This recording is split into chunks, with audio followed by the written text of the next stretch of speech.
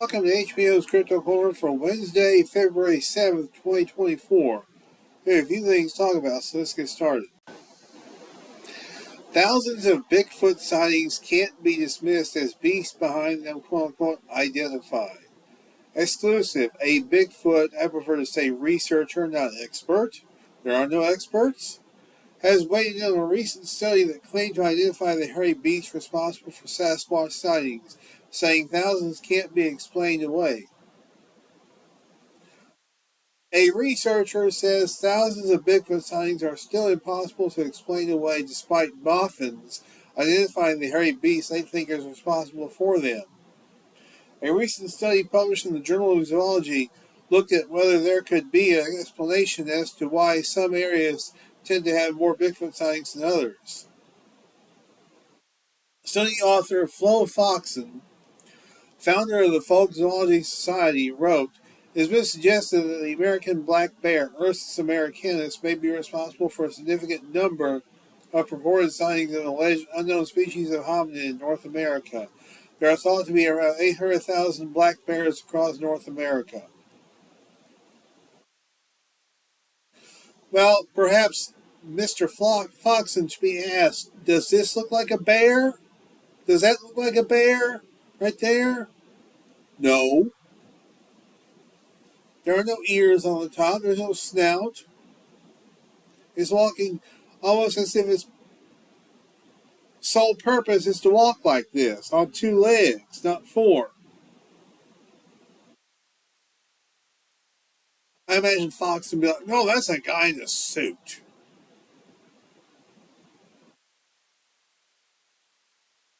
And some people, they should just keep their mouths shut, if you ask me.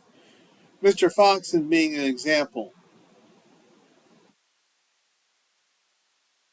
Oh, is it she? I'm sorry. My mistake. I said he. I meant to say she. She should keep her mouth shut then.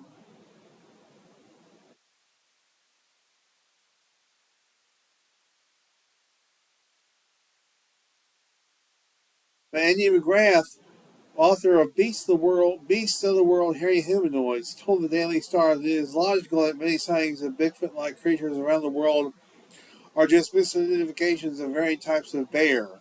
He said it is no mistake that the word Yeti can also be translated as mountain bear or man bear, and could just as easily be applied to a large creature like a bear as it could an undiscovered man-ape.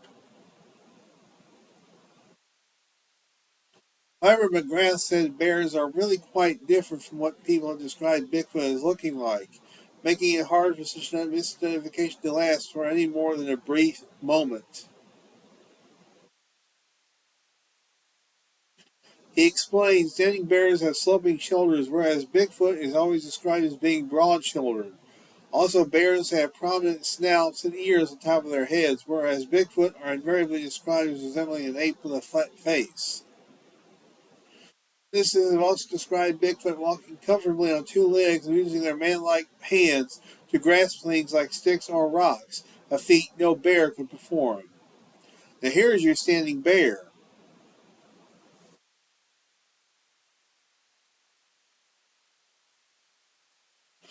I'm just, I just, it boils my blood to see that we have individuals trying to claim, oh, those Bigfoot sightings are just bears.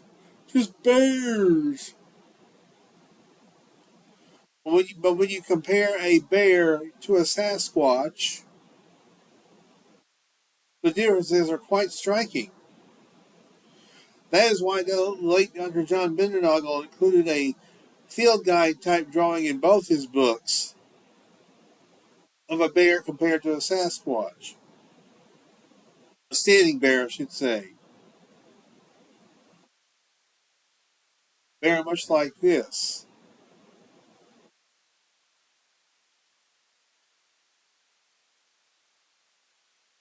Anybody could even make a favorable comparison between this and this.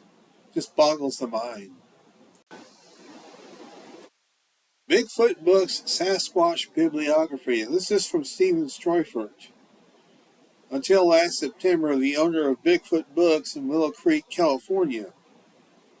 Bibliography of books on Sasquatch, Bigfoot, and Yeti, read by Stephen Streifer of Bigfoot Books, Willow Creek.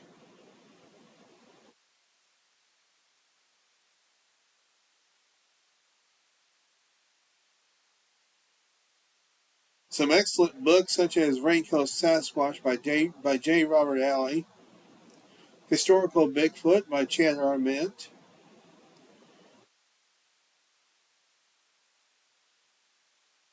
America's Bigfoot Fact Not Fiction by Dmitry Bayanov, John Bindernagel's North America's Great Ape Sasquatch, Janet and Colin Board's Alien Animals, the same authors, Bigfoot Casebook Updated, Unexplained Mysteries of the 20th Century, Joshua Blue Booze's Bigfoot Life and Times of a Legend, Peter Burns' Search for Bigfoot. Just basically a list of required reading, pretty much.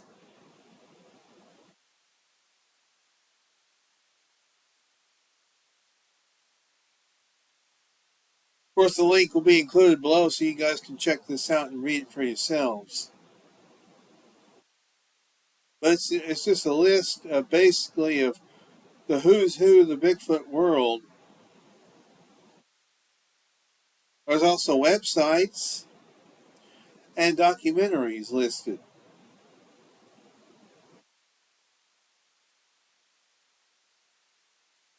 So it's good stuff. The astonishing connection between massive fossils and Bigfoot origins. In the bustling streets of Hong Kong in 1935, something extraordinary happened that would eventually lead to one of the most intriguing scientific mysteries of our time. German paleontologist Dr. Gustav von Koenigswald, on a quest for knowledge in fossils, unwittingly stumbled upon a set of massive molars. Initially believed to be the teeth of an ancient dragon, these fossils would go on to reveal an astonishing secret about our ancient distant past. Further examination of these colossal molars led Dr. von Koenigswald to an astonishing conclusion. He had discovered the first fossil evidence of a long-extinct species of ape known as Gigantopithecus. The gargantuan ape, sitting at a astounding 10 feet tall, weighing up to 1,200 pounds, once roamed the earth alongside various early hominid species for tens of thousands of years. It remains the largest known primate in history. But what does the discovery have to do with the enigmatic creature often referred to as Bigfoot? Surprisingly, it raises questions about the origins of Bigfoot that have captivated the minds of researchers and enthusiasts alike. Could Bigfoot be a descendant of this colossal ancient beast?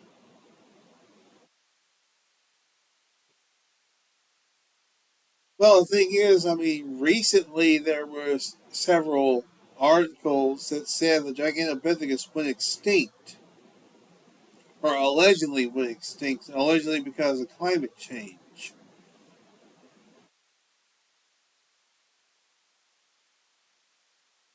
What if they didn't? And perhaps this article is examining that possibility. It's an interesting article. I recommend reading the rest of it. The link will be included below, of course.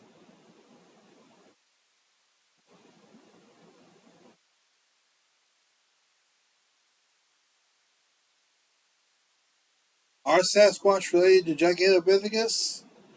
We really don't know that for sure. We won't know that until we have a type specimen, which means either a live capture or unfortunately someone's got to bring one in. In the misinformation age, believing in Bigfoot is harder than ever. When the internet is saturated with fake videos and doctored photos, what's a Sasquatch enthusiast to do? The town of Jefferson, a 20-minute drive from Caddo Lake in East Texas, is the creepy, cute love child of Gilmore Girls stars Hollow and True Blood's Bon Temps. At first glance, Jefferson seems like an unlikely gathering place for those hunting the unknown. It is profoundly quaint. There is a Gone with the Wind museum. The shops are shops, the restaurants are taverns and saloons, and the antiques overfloweth. On a Saturday morning in October, the town has not yet woken up, and an orange cat suns itself in the middle of a brick-laid street in the middle of town. The previous night, however, walking back to my Airbnb in the dark from the eating saloon, Jefferson had me thoroughly spooked. Greg Woolheger has held the annual Texas Bigfoot Conference for 23 years, often in Jefferson. His parents bought a bed and breakfast in town in 2000, and Woolheger hosted the conference's early iterations there with his parents' catering. The first year there was a pancake breakfast. Back in 2001, Woolheger recalls, there were only about 3 or 4 Bigfoot events nationwide each year. Now he says it seems like there's one every weekend, some drawing thousands of visitors. His conference is more modest, typically accommodating between 200 and 250 guests in previous years. This is basically an article about the Texas Bigfoot Conference. It's interesting stuff.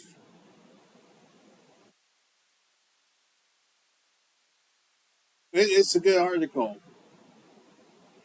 I'll let you guys read the rest of it in the link below.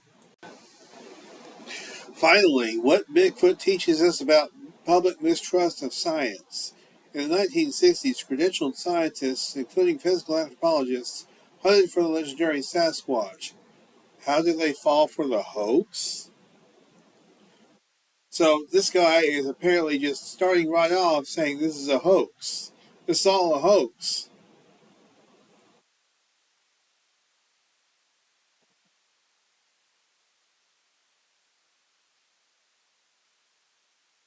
Calls Bigfoot pseudoscience.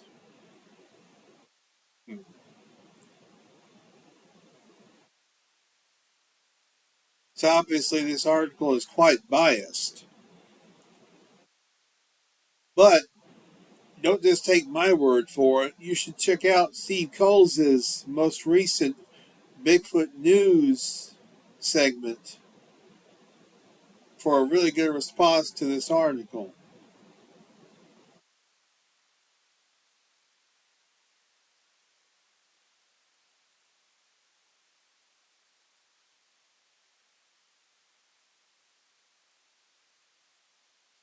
The main focus of this article is the Cripplefoot cast, which, despite what appears to be some realism to it, I now believe is a hoax because of the association with Ivan Marks. You can't get away from it. There's too much. There's too much. It's too tainted. Cripplefoot cast is too tainted. I know Krantz said it was real and everything. Krantz said, well, I can't imagine anybody being more inventive than I am since Leonardo da Vinci. But that doesn't mean that Krantz can't be fooled, that he's not wrong. That he wasn't wrong.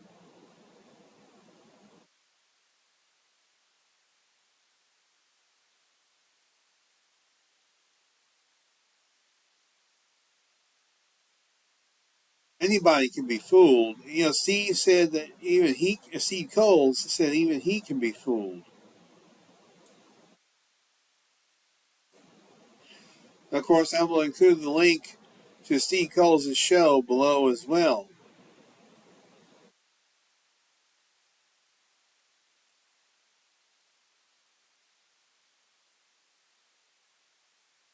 This article, it's a good article, but very biased. It points out the Cripplefoot cast as being a hoax, but then it goes and says that all reports are hoaxes. Everything else is a hoax as well. Well, just because one thing is a hoax does not mean it's all a hoax, obviously. At least I don't think it does. That's just me. And that's going to do it for this week. We want to thank you very much for tuning in. You guys are the heart of the show. I always say that, and I always mean it. And I will continue to do this as long as you guys want me to. And for 9 years now, I've been doing it, and I'm going to continue to do it. So, hey, until next week, y'all be good or be good at this HBM's Crypto Corner.